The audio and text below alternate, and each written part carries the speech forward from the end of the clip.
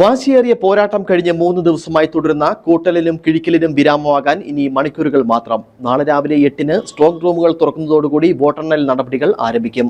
ആദ്യഫല സൂചനകൾ അരമണിക്കൂറുകൾക്കുള്ളിൽ വരും. ജില്ലയിൽ വോട്ടെണ്ണൽ 8 ബ്ലോക്ക് പഞ്ചായത്ത് കേന്ദ്രങ്ങളിലും കട്ടപ്പന, തൊടുപുഴ മുനിസിപ്പാലിറ്റികളിലുമായി 10 കേന്ദ്രങ്ങളിൽ നടക്കും.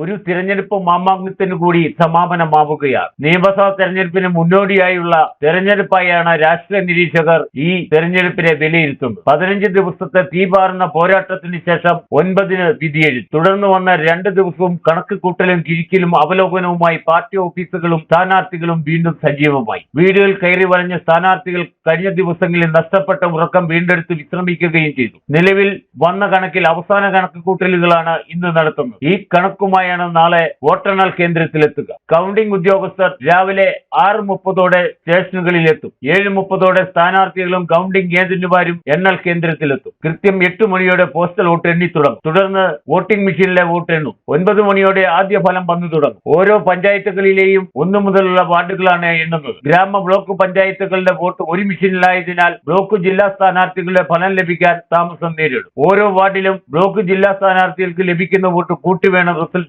പുറത്തുവരാൻ. ഉച്ചയോടുകൂടി ഗ്രാമപഞ്ചായത്തുകളുടെ ഫലം ഏകദേശം പൂർത്തിയാകും വിധത്തിലാണ് ക്രമീകരണം നടത്തിയിരിക്കുന്നത്. കട്ടപ്പന മുനിസിപ്പാലിറ്റിയുടെ വോട്ടെണ്ണുന്നത് ഓശാനം ഇംഗ്ലീഷ് മീഡിയം സ്കൂളിലാണ്. 2 സെന്ററുകളിലെയും ഫലം അപ്പോൾ അറിയാൻ ക്രമീകരണങ്ങളും ഒരുക്കിയിട്ടുണ്ട്. തദ്ദേശ സ്വയംഭരണ സ്ഥാപനങ്ങൾ ആര് ഭരിക്കുമെന്നറിയാൻ ഇനി മണിക്കൂറുകൾ മാത്രം കാത്തിരുന്നാൽ മതി. K Jayakumar, Idukki vision news, Upputhara.